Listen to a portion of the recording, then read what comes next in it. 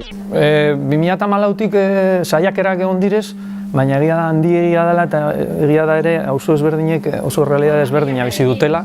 Eta kasu honetan, aurten ikuste, jadanik igez, 2016-2017 ikasturte horretan nolabait saiakeratxoak egin ziren, hasi ginen koordinatzen.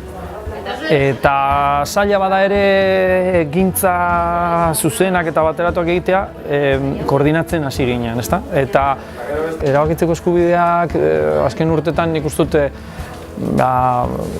berbaldietan eta presente egotera pasau dela, eta pentsatzen dut gure esku dagok ere badaudela horretan zerikusirik, ezta? Bere erru ere bada, orain dela 4 urte, 2014an dinamika honegaz, herritarron dinamika honegaz hasi ginenean, naturalago eta kalera eta egunerokora ekarri gendula, eta pentsatzen dut lagundu zuela pixkatxu bete indarrean ipinten, ez? Betidanik egondan gaia, baina orain modu naturalagoan edo. Guk bertotik agindu nahi dugu, bertotik erabaki behar dugu zen norabide hartu gizarte modura, ez? Eta horregatik antolatzen ari gara, hori ez, kultura arloko mintegitxoak, hezkuntza arlokoak, politika arlokoak, ekonomia arlokoak, guztietan eragiten duelako azken fina. Baina espada gauz hor indarra pizkate jendartera ekartzeko jente bat gogotsu dabilena egiten den kontu apal hori egiteko eta bermatzeko egiten dela zeuzer, dinamika moteltzen doa. Eta oso kontu zaila da, ez dago bakarrik deusturen esku, ez?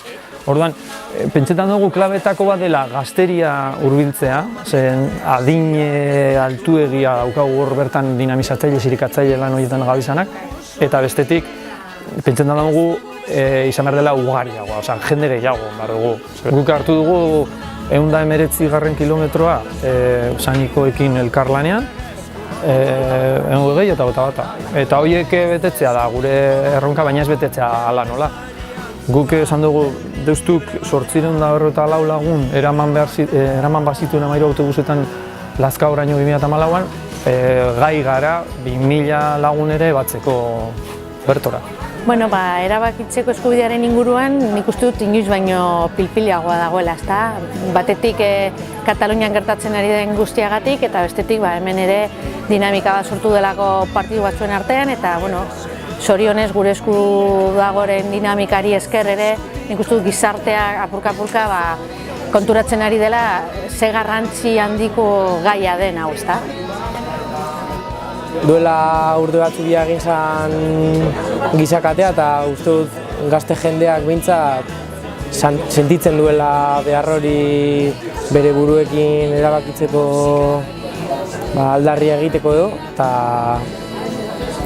uste dut beharrezkoa dela ekainaren 10ko ekimena, hemendik aurrera gure erabakitze eskubidea plano politikoan eta bai sozialean jartzeko, eta pausu bat ematen dezan herri honek bere aukeratze eta erabakitzen eskubidea.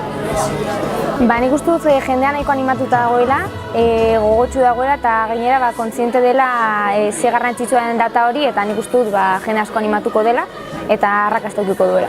Guk, Bilbok antolatuko du auzorik auzo.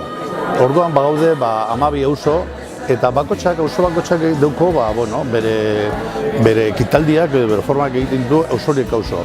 Orduan, 15 edo 20 egunero batzean gara auzo guztiak Bilbon.